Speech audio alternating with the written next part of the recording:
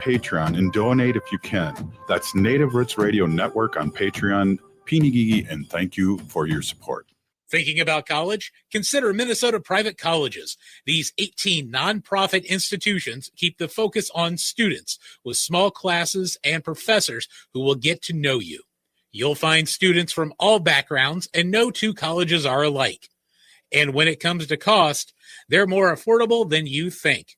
Find the college that's right for you at mnprivatecolleges.org/possible. That's mnprivatecolleges.org/possible. Support comes from the Walker Arts Center, an art space that's more than the spoon and cherry. Galleries celebrate contemporary visual art, including indigenous artists like Edgar Heap of Birds from the Cheyenne and Arapaho nations, and Jim Deminy from the Ojibwe Nation. Additionally, film screens, cinema, and performances are shown on stage. And the Walker is free every Thursday night and free every day for citizens and members of tribal nations. Learn more at walkerart.org. The city of Minneapolis is now on Native Roots Radio with Minneapolis AIR. AIR stands for American Indian Relations. Guest host Christine McDonald talks to people about important things affecting the city's Native communities. Minneapolis AIR dives into topics like public safety, public health, elections, and so much more. Tune in to Minneapolis AIR on Native Roots Radio from 5 to 6 p.m. on the second Wednesday of every month, right here on AM 950. Ever wonder how far you could go with a bachelor's or master's degree? Metro State University is hosting 2 open house events in February. Learn about our bachelor's degree programs on February 24th, explore master's degrees, doctoral degrees, and graduate certificates on February 26th. Find out about financial aid options and how to apply. Discover how Metro State can help you take the next step in your career. Sign up today at metrostate.edu/open house. You belong at Metro. With your AM 950 weather, I'm Brett Johnson. Look for clear skies tonight with a low around 29, Saturday sunny with a high near 50, and Sunday sunny with a high around 49. Discover macarons like you've never tasted before in Nicolette's Macarons in Plymouth. Pick up a box of elegant French macarons conveniently located right off Highway 169. They're perfect for special gifts, corporate events, or even just yourself. Stop in today or order online at nicolettesmacarons.com.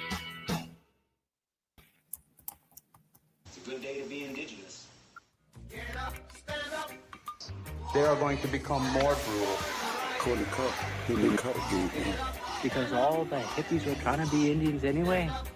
They're going to become more repressive because it's a matter of dollars and their illusionary concepts of power. Hey, Victor. We must live in balance with the earth. And also with recent happenings at Wounded Knee. I am awake. Welcome to Native Roots Radio presents I'm Awake, and I'm your host, Wakanja Hade. Hey, Kadagi to all my friends and relatives in 4 directions. You are listening to Native Roots Radio presents I'm Awake, and I'm your host, Robert Pilot. Hey, we discuss local, national, Native news and events, and as you know, Native issues are human issues, and human issues are Native issues.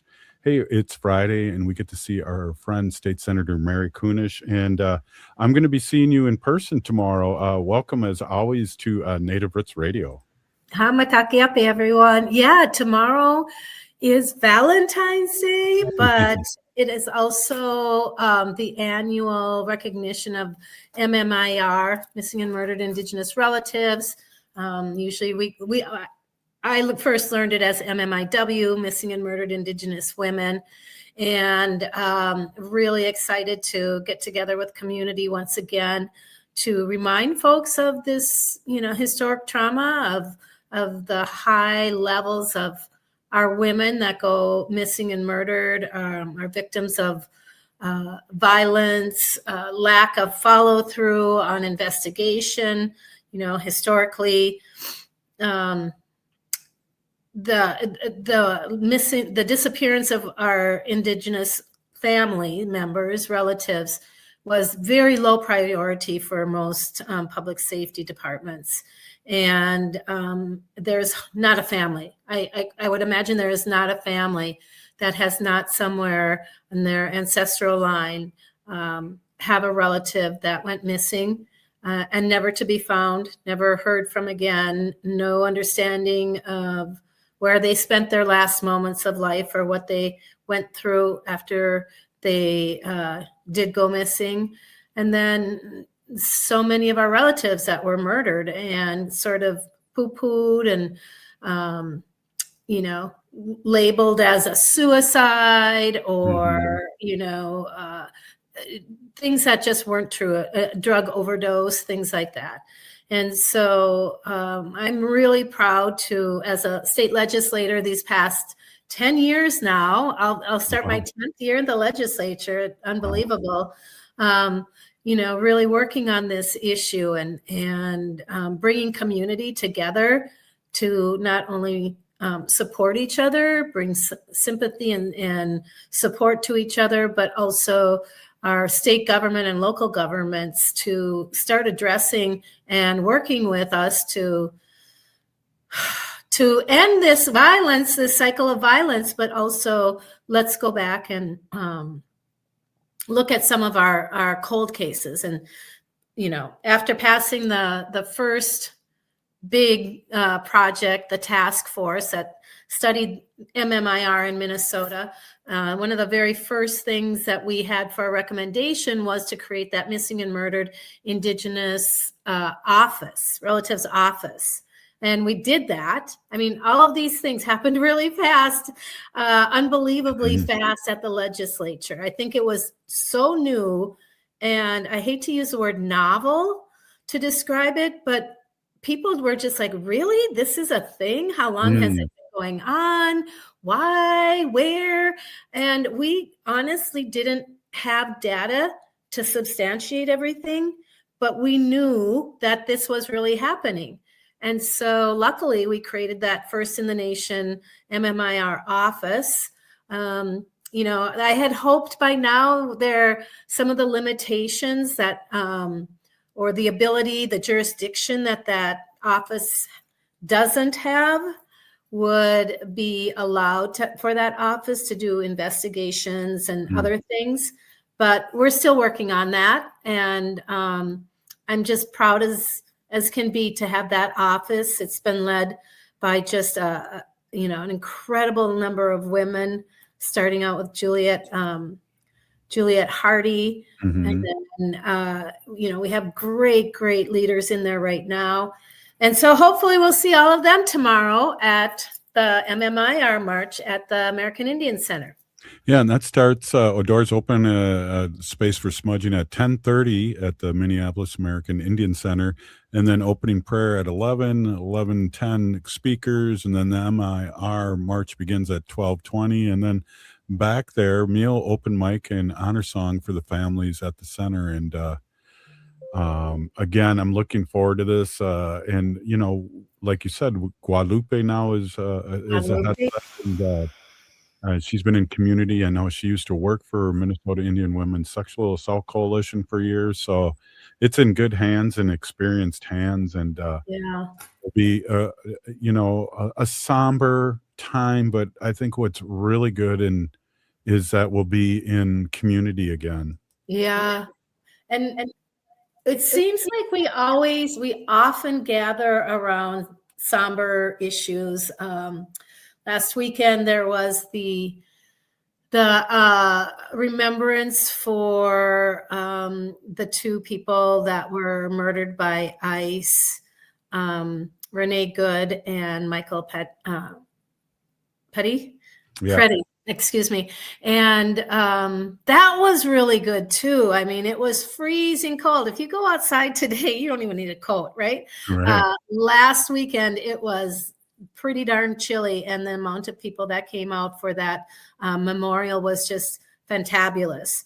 And so I am looking forward to getting together with the community tomorrow and recognizing our relatives that we've lost through violence in one way or the other. And, I'm carrying about 6 different bills this session that have to do with violence against women. There's so much work to be done, but, as long as I am in a position where I can do that, where I can, bring those things forward, have those talks and those discussions. There've been some pretty horrendous murders outside of the Indian community that I'm hoping as sad as it would be, under the circumstances, but that our allies outside of the Native community will recognize their role in protecting women and making sure that we have laws in place that do just that. And if, heaven forbid, some kind of violence happens, that there is a way to get retribution in a timely manner. I think that's one of the hugest issues. Yeah. Timely attention before things are just swept under the rug. Absolutely.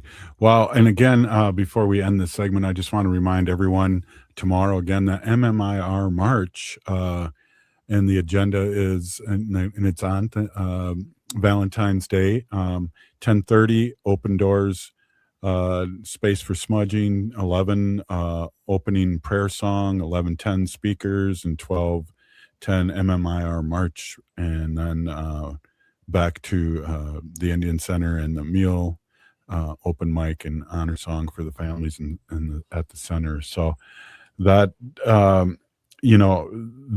it's such a serious and somber thing, but I really think with the weather and what's been happening to our community, State Senator, is that it's going to be a big showing. Yeah. We still have the residue.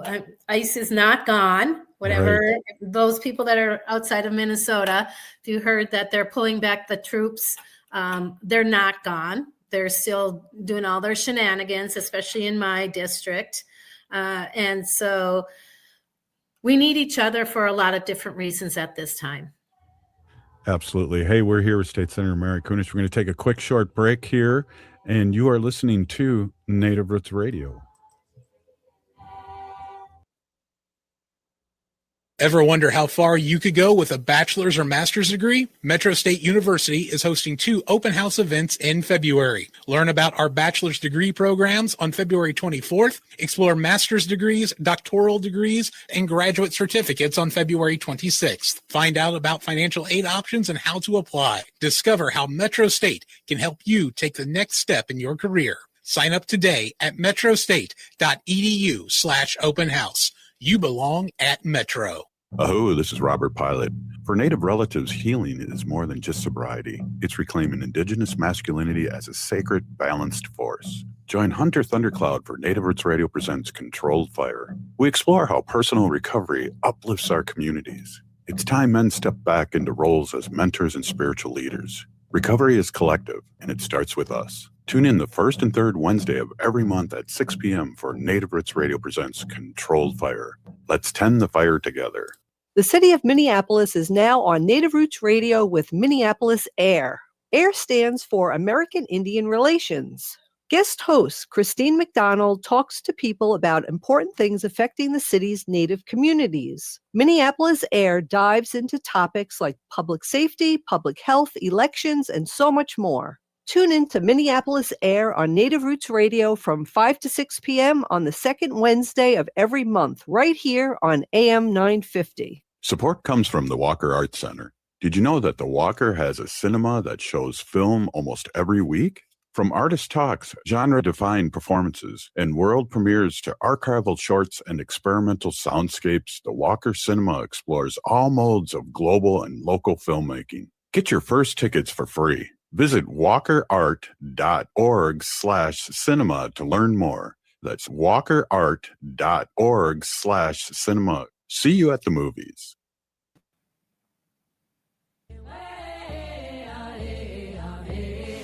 Hi, I'm Jane Fonda, and you're listening to Native Roots Radio.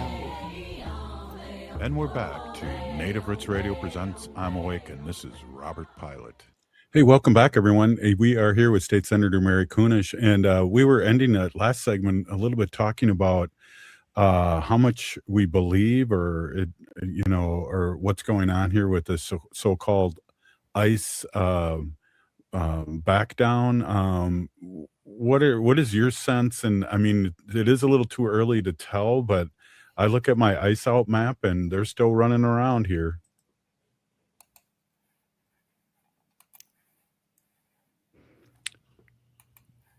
Did you hear me? Can't hear you. Yeah, it's interesting. Everybody was very optimistic, sort of, yesterday when the announcement came from the border czar Homan that ICE was going to be retreating from Minnesota.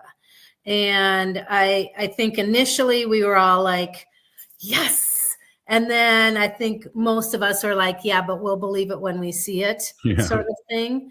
And I don't know where, in your community, how visible and how antagonistic they were over in St. Paul in your neighborhood, but the district that I represent, a number of my communities were hit really, really, really hard. And it wasn't just the immigrants that they were after, even though, they used every ploy to get people to open their doors. They would put bags of groceries on the door and then dress as a regular person and say, hey, I got a bag of groceries for you. If they open it up, the door up, then that basically is an invitation in. And I'm in a lot of different groups that are tracking what's happening in our community, the patrols and mutual aid, school patrol. Every morning I get up, I get dressed, put on my layers and go out to different schools in my community to patrol the schools. So I get a good understanding of what's happening. It seemed a little lighter this morning. Traffic did, but they're still out there. We're still getting notifications and sightings of them. So again, until we don't see them anymore, anymore, I will believe it. And when the hotels start emptying, when the Whipple building is the detention building that is probably one of the most deplorable places you can imagine taking people. They weren't set up for any of this. There are no beds or sanitation. Good sanitation. Meals are really poor. Medical attention is awful. They will shackle people and then put them in a cell with a bunch of others with no bathroom facilities. And people have to use the corner.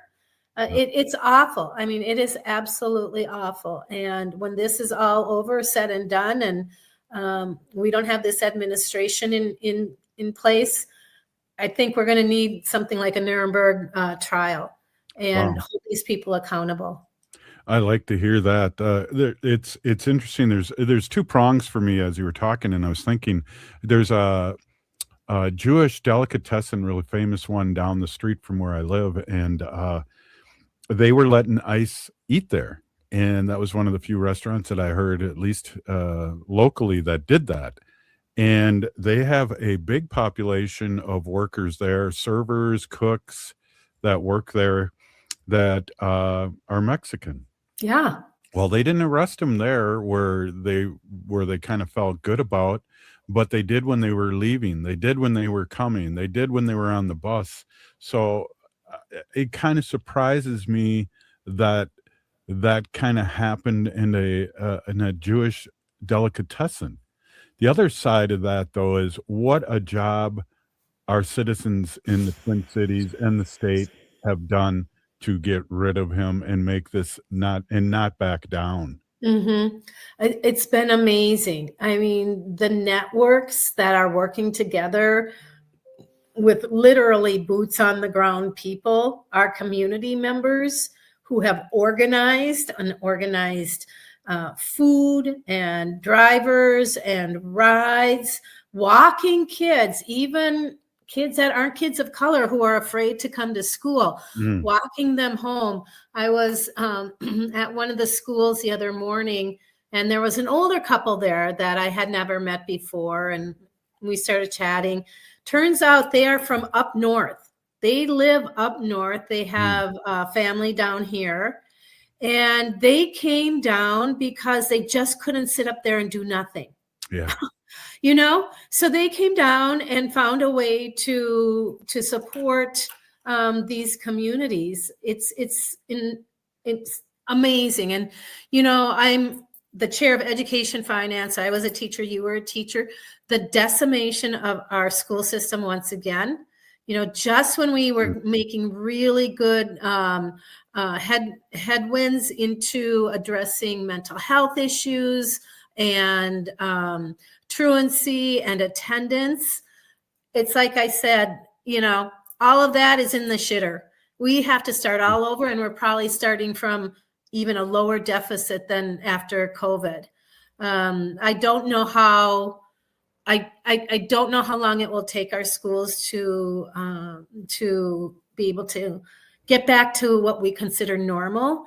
But I do have to give a shout out to superintendents in my district, especially Columbia Heights and Fridley. These two women are boots on the ground. They are getting kids to school or home when there's a situation in the community. They get out there and look out for their students. And in retaliation, they get followed. I will drive by and yell nasty, mean things to them, call them awful names. They will sit outside their homes and the homes of school board members to intimidate them. Wow. Yeah. And yet these leaders in our community said they can't sit still. They can't not speak out, and have done just an incredible, they are an example. And heaven forbid that ICE says, okay, we're leaving Minnesota. Now we're going to go hit, whatever other blue state they want to hit. Right. I think that we have the roadmap for resistance. And, it's a little surprising, but not really surprising how folks that never, ever resisted or sat on the sidelines like, this is bad stuff, they shouldn't be doing this, and now they're deep into it because they recognize the damage. Well, and I've been saying recently, we're used to, protesting the BIPOC people, the Native Americans, for a long time. And, our white allies are joining in a great way. And I just say, welcome to the front lines. Yeah, I mean, we're not really surprised. We're sad that this is happening, but this is the cycle for Indigenous people. And we like AIM and the community over in our Native corridor have stepped up to protect that community and the communities at large, but also they are an example for the rest of our state on how to look out for your people in your community. And so they have been in the thick of all of this, very generously giving their time, their money, their resources, collecting items for people, distributing items for people. And it's kind of like, welcome to our world, right? Yeah. Well, and I had Robert Lilligren on yesterday, as I always do on Thursdays, and people all over the country have been reaching out to him, Native communities, about what they're doing, on the Native corridor at the powwow grounds. There's hundreds of volunteers every day bringing and delivering food to our relatives, and what they did and are doing to combat this in a good, peaceful way. And I'm sure you're getting people from around the country too talking to you about what's happening and how they can prepare themselves for this. Yeah, I'm the president of the American Indian state legislators across the nation. And we had a conference before this happened down in Santa Fe, and some new Native legislators joined us at that convention, and it was great to get to know them. And then lo and behold, this happens, and I can't tell you how many of them reached out with either sympathy or how can we help or how do we prepare for something down the road.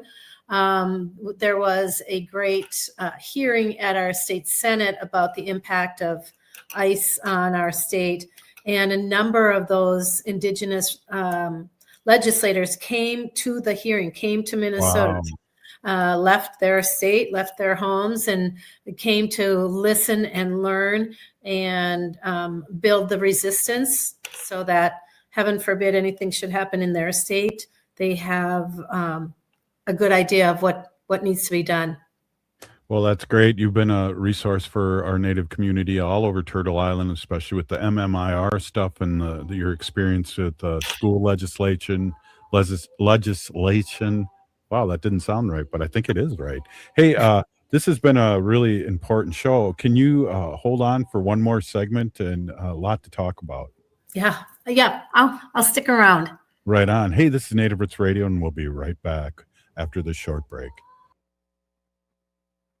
Ever wonder how far you could go with a bachelor's or master's degree? Metro State University is hosting 2 open house events in February. Learn about our bachelor's degree programs on February 24th. Explore master's degrees, doctoral degrees, and graduate certificates on February 26th. Find out about financial aid options and how to apply. Discover how Metro State can help you take the next step in your career. Sign up today at metrostate.edu/open house. You belong at Metro. Support comes from the Walker Arts Center, an art space that's more than the spoon and cherry. Galleries celebrate contemporary visual art, including indigenous artists like Edgar Heap of Birds from the Cheyenne and Arapaho nations, and Jim Demeny from the Ojibwe Nation.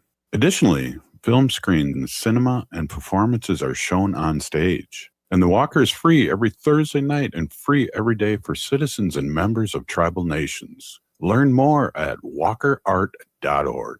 The city of Minneapolis is now on Native Roots Radio with Minneapolis AIR. AIR stands for American Indian Relations. Guest host Christine McDonald talks to people about important things affecting the city's Native communities. Minneapolis AIR dives into topics like public safety, public health, elections, and so much more. Tune in to Minneapolis AIR on Native Roots Radio from 5 to 6 p.m. on the second Wednesday of every month, right here on AM 950. Hello, this is Robert Pilot. For Native relatives, healing is more than just sobriety. It's reclaiming indigenous masculinity as a sacred, balanced force. Join Hunter Thundercloud for Native Roots Radio presents Controlled Fire. We explore how personal recovery uplifts our communities. It's time men step back into roles as mentors and spiritual leaders. Recovery is collective, and it starts with us. Tune in the first and third Wednesday of every month at 6 p.m. for Native Roots Radio presents Controlled Fire. Let's tend the fire together. Thinking about college? Consider Minnesota Private Colleges. These 18 nonprofit institutions keep the focus on students with small classes and professors who will get to know you. You'll find students from all backgrounds, and no 2 colleges are alike. And when it comes to cost, they're more affordable than you think. Find the college that's right for you at mnprivatecolleges.org/possible. That's mnprivatecolleges.org/possible. Support comes from the Walker Arts Center. Did you know that the Walker has a cinema that shows film almost every week? From artist talks, genre-defined performances, and world premieres to archival shorts and experimental soundscapes, the Walker Cinema explores all modes of global and local filmmaking. Get your first tickets for free. Visit walkerart.org/cinema to learn more. That's walkerart.org/cinema. See you at the movies. Greg Bakken here. Like you, I love good, fresh, delicious food. So I want to tell you about this treasure in Roseville called Maverick's Real Roast Beef. Maverick's has the best roast beef sandwiches I've ever had. Made fresh, every order. Add fries or onion rings dropped in the fryer when ordered, and you have a winning combination. Maverick's Real Roast Beef has a lot more than roast beef, so check out their website, mavericksbeef.com, or check out their restaurant on Lexington in Roseville. With your AM 950 weather, I'm Brett Johnson. Look for clear skies tonight with a low around 29, Saturday sunny with a high near 50, and Sunday sunny with a high around 49. It's time to discover macarons like you've never tasted before in Nicolette's Macarons in Plymouth. Pick up a box of elegant French macarons conveniently located right off Highway 169. Perfect for gifts, corporate events, or even just yourself. Stop in or order online at nicolettesmacarons.com. You're listening to AM 950, the progressive voice of Minnesota.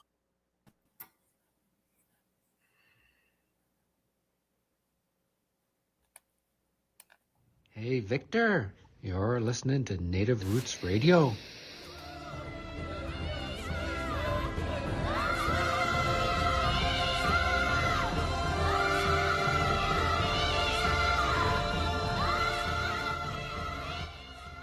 Hey, welcome back to Native Roots Radio. This is Robert Pilot, and we're here with State Senator Mary Kunesh, and we're kind of finishing it up. I really appreciate you coming on.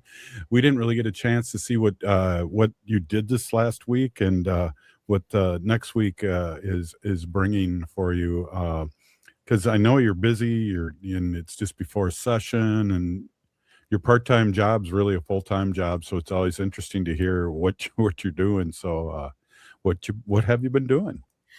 Well, we're getting ready to start our legislative session this year. It starts on the 17th, and it'll go now through just before Memorial Day. And it's a tough session because, of course, we're dealing with the fallout of ICE, and how are we going to make sure that our communities have the resources they need to, to overcome the difficulties, especially like our businesses, our schools, and that sort of thing. And in Minnesota, in the Senate, we have just a one-person Democrat majority. And in the House, it's tied. It's 50-50. So they are co-governing. And that's not an easy thing to do. And in this climate, this political climate, it is very difficult, very difficult. And so I've spent the week, let's see, I started out on Monday, and we drove down to Rochester, Minnesota, and Northfield to visit schools and hear, what their issues are and what are their priorities. A lot of the things we talked about is the mental health and the attendance issue with ICE, but the other what feels like perpetual annual deficits in funding education. And I totally get that. It's never easy. I wish we could fully fund education, but we didn't. I went to a board meeting for Wamini Yamini, which is that great project, or that reconnection and regathering of the very sacred fall area down in Minneapolis. Yeah. That was originally a beautiful, beautiful natural waterfall from the Mississippi River that was harnessed, and the natural state of it was destroyed to build a lock and dam. Yep. And that's where there was a lot of, back in the day when there was a lot of movement on the river. So we had flour mills and paper mills and timber mills all up and down the Mississippi River. When I grew up about 80 miles north of the Twin Cities in a little town that had a dam. And I can remember when I was little that they still used to float logs down the river. Wow. And now we have reclaimed this little gem, this beautiful area that is actually downtown Minneapolis on a beautiful river walk. And we are reverting it back to its natural, as much of it as its natural state. We can't take away the lock and dam, but we can take away a lot of the hardscape that's around it. So concrete, parking lots. There are different little channels that have been clogged up, or the river has been changed to flow in a different way. And we're trying to, put it back into as much of its natural state as we can. That site had a very sacred small island, Spirit Island it was called. And that was an island, a sacred island where Dakota women would go and give birth. And they just destroyed it. They dismantled it. It's not there anymore. And the limestone that created that, and the stone that created that island, it wasn't a very large island, but you can see are now like the blocks on the retaining wall next to the river. I would love to somehow reconstitute that island. But we'll have to wait and see. And so it was an exciting meeting because we have what is it called? Not interaction space, but like an office workspace. And one of our Dakota leaders, Barry Hand, has been active in creating and hollowing out logs to make canoes the authentic way. And so that'll be there. There will be gatherings and education and opportunities for cultural crafts and storytelling there. And so that was probably one of the highlights of my day, of my week. But it's just really busy, just getting things done, meeting with people, trying to figure out the legislation. A good piece of news I received today is that I'm going to get a hearing around creating a Minnesota ERA, Equal Rights Amendment. Wow. I know. I'm really excited. This is kind of big. It's surprising that we don't have that, though. No, we don't have a state. I mean, we have human rights, and we have the Human Rights Department, but a statement that is inclusive of everyone, we do not have in our state constitution. Wow. And and it's interesting because when I served in the House, I carried an ERA bill that was the simple, everybody will be treated equal, no matter their, how did it go? Not their sex, or was it according to sex? Anyway, a very simple statement.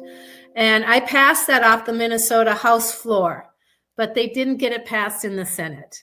And then I moved over to the Senate, and like the first year I was there, I passed a broader equal rights statement off the floor in the Senate, and then the House ran out of time. Wow. So I have passed equal rights amendment bills twice now in each, one in each body. And I'm hoping this third time is a charm.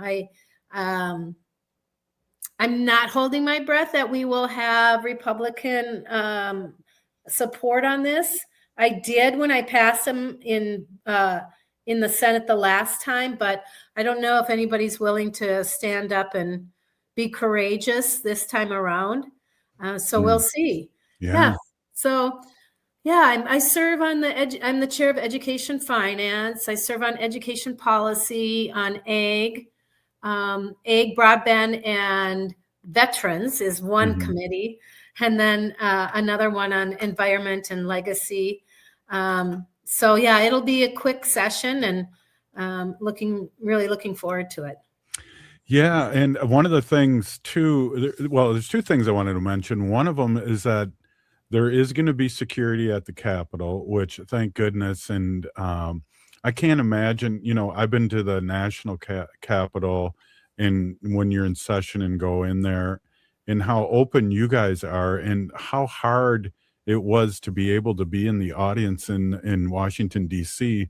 I think I went through two checkpoints and walking down the long aisleways just to go there and watch, and no cameras and all these things that DC does, and it's so open at the St. Paul Capitol. What changes are we doing? Because you guys are like sitting ducks in a lot of ways when it comes to making law where you'd make law.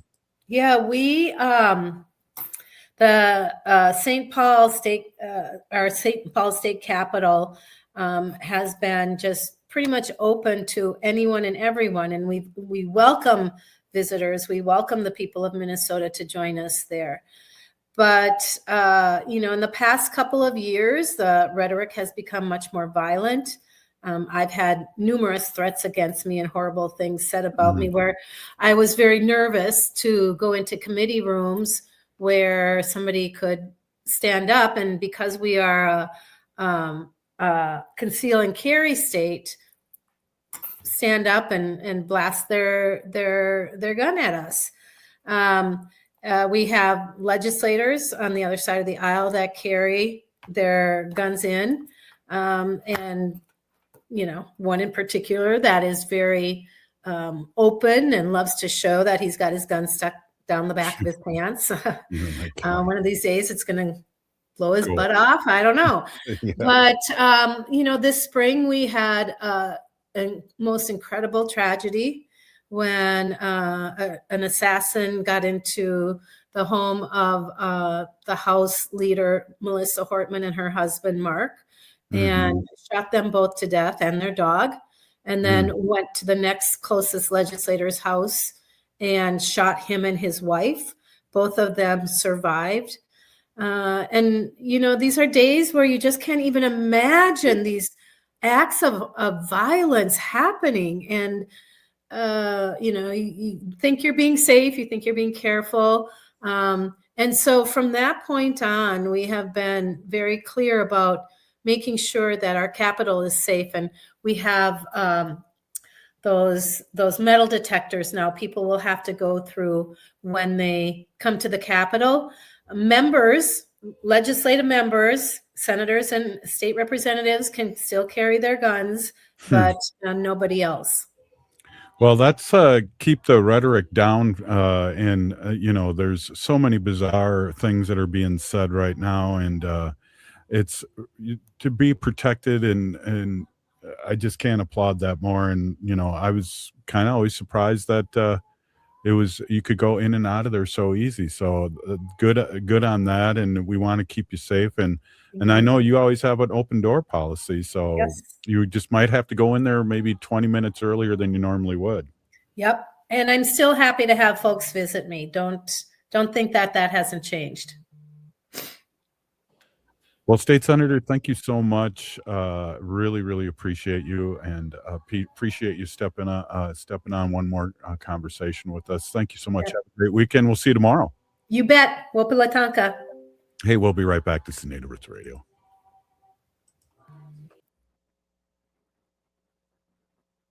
Ever wonder how far you could go with a bachelor's or master's degree? Metro State University is hosting 2 open house events in February. Learn about our bachelor's degree programs on February 24th. Explore master's degrees, doctoral degrees, and graduate certificates on February 26th. Find out about financial aid options and how to apply. Discover how Metro State can help you take the next step in your career. Sign up today at metrostate.edu/open house. You belong at Metro. The city of Minneapolis is now on Native Roots Radio with Minneapolis AIR. AIR stands for American Indian Relations. Guest host Christine McDonald talks to people about important things affecting the city's Native communities. Minneapolis AIR dives into topics like public safety, public health, elections, and so much more. Tune in to Minneapolis AIR on Native Roots Radio from 5 to 6 p.m. on the second Wednesday of every month, right here on AM 950. Support comes from the Walker Arts Center, an art space that's more than the spoon and cherry. Galleries celebrate contemporary visual art, including indigenous artists like Edgar Heap of Birds from the Cheyenne and Arapaho nations, and Jim Demeny from the Ojibwe Nation. Additionally, film screens, cinema, and performances are shown on stage. And the Walker is free every Thursday night and free every day for citizens and members of tribal nations. Learn more at walkerart.org. Thinking about college? Consider Minnesota Private Colleges. These 18 nonprofit institutions keep the focus on students with small classes and professors who will get to know you. You'll find students from all backgrounds, and no 2 colleges are alike. And when it comes to cost, they're more affordable than you think. Find the college that's right for you at mnprivatecolleges.org/possible. That's mnprivatecolleges.org/possible. They are going to become more brutal. Because all the hippies were trying to be Indians anyway.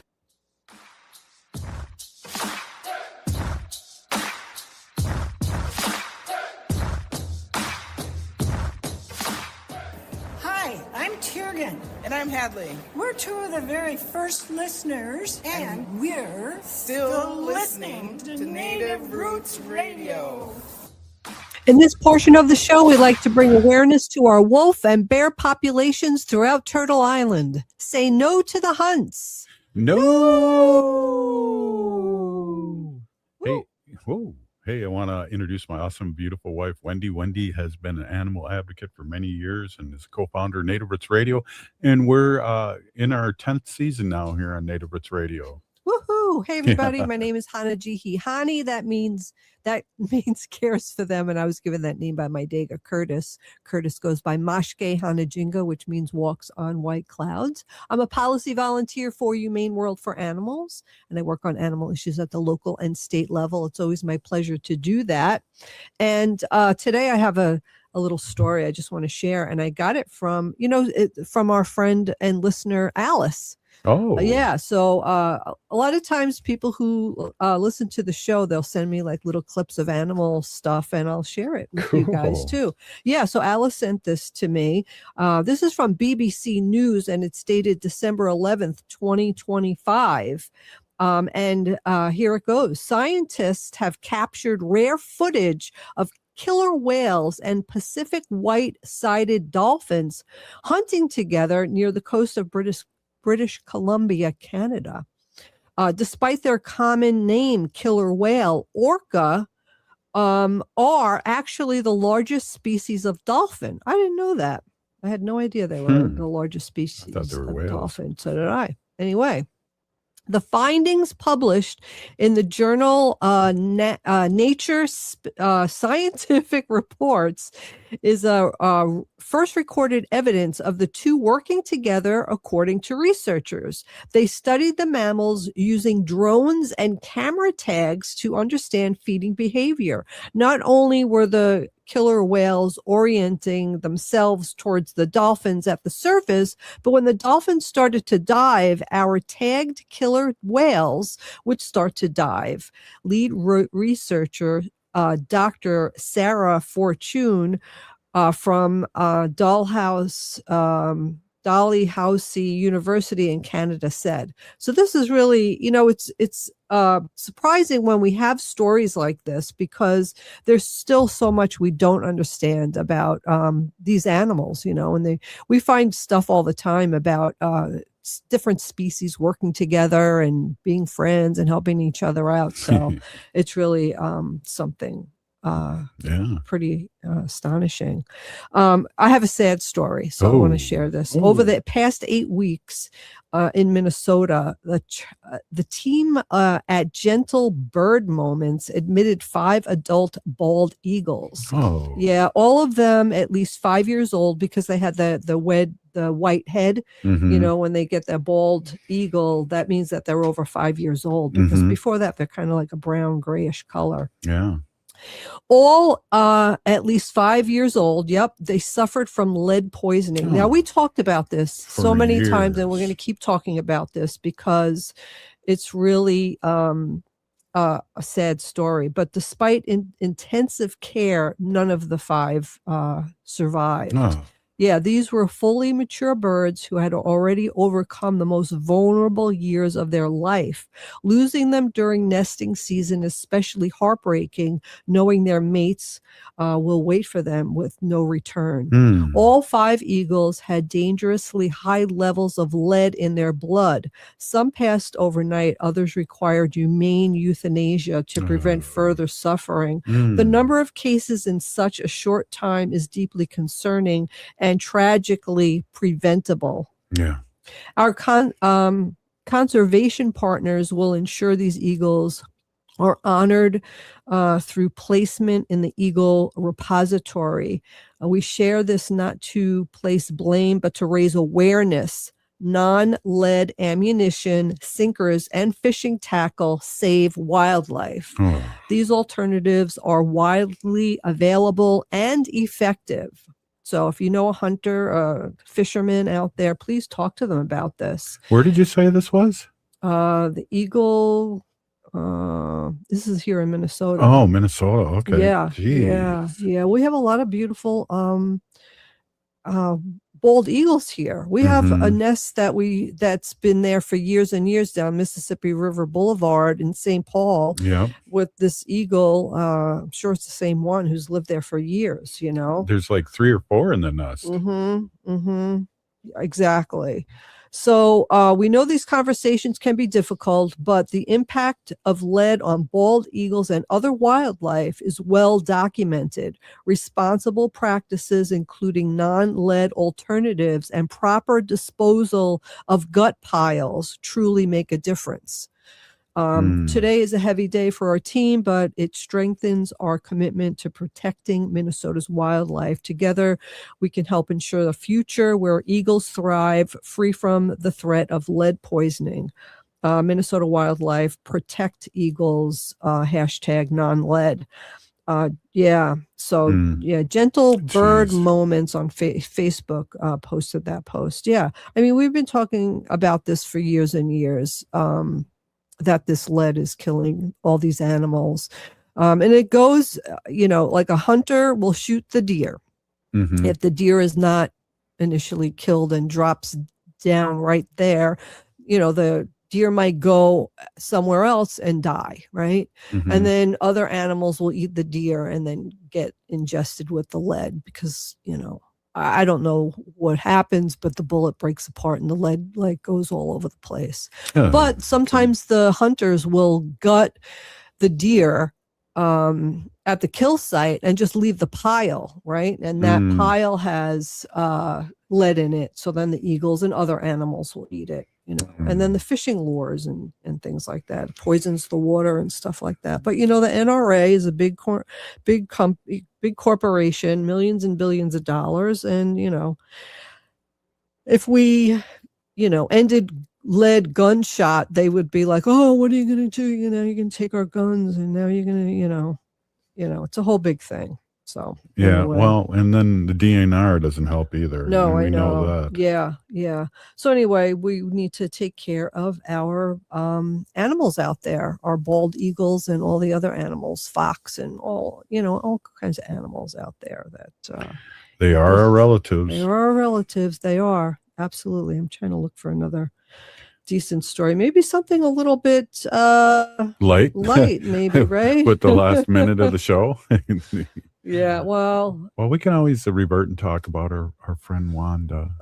She's doing good. Wanda's doing okay. Wanda was diagnosed with a collapsing trachea. It's very common in little dogs that kind of have a little smashed in face. Hers isn't too smashed in, but like little dogs like that, pugs and Frenchies and things. It's pretty common, collapsing trachea. I've never heard of it until she was diagnosed with it. And then once she was diagnosed with it, when I talked about it, I've had like my, friend Florence. Oh yeah, my dog had that. And this and that. But anyway, she's on medication and excuse me. She kind of gets like these coughing attacks and she sounds like a goose. Well, and what's crazy is cold weather is not good. So she hasn't been able to do her walk either because of the cold weather. Anything under 30 degrees is really triggers a spasm in the trachea, and then she starts coughing. So we take her for car rides, and she enjoys that. But yeah, we need to get Wanda in warmer weather so that she could go for walks. So she really likes that. I bought this busy mat. It's really a cute little mat, and it has like all these little hiding places in it. So I put like a ton of these treats that she really likes, and I put it on the floor, and she can go digging and sniffing and getting all these little treats out that are hidden. So that kind of keeps her busy. So we try to keep her busy during the day. And she's doing good relatively. Yes, relatively other than she has is. these coughing attacks, it seems like. Exactly. But like right now she's in here and she's not coughing. Yeah. So we're we're really grateful. Sure how old she is either. So yeah. And I lied about my age too. Hey, this is Native Roots Radio. We'll see you tomorrow.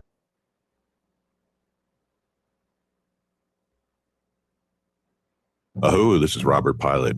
For Native relatives, healing is more than just sobriety. It's reclaiming indigenous masculinity as a sacred, balanced force. Join Hunter Thundercloud for Native Roots Radio presents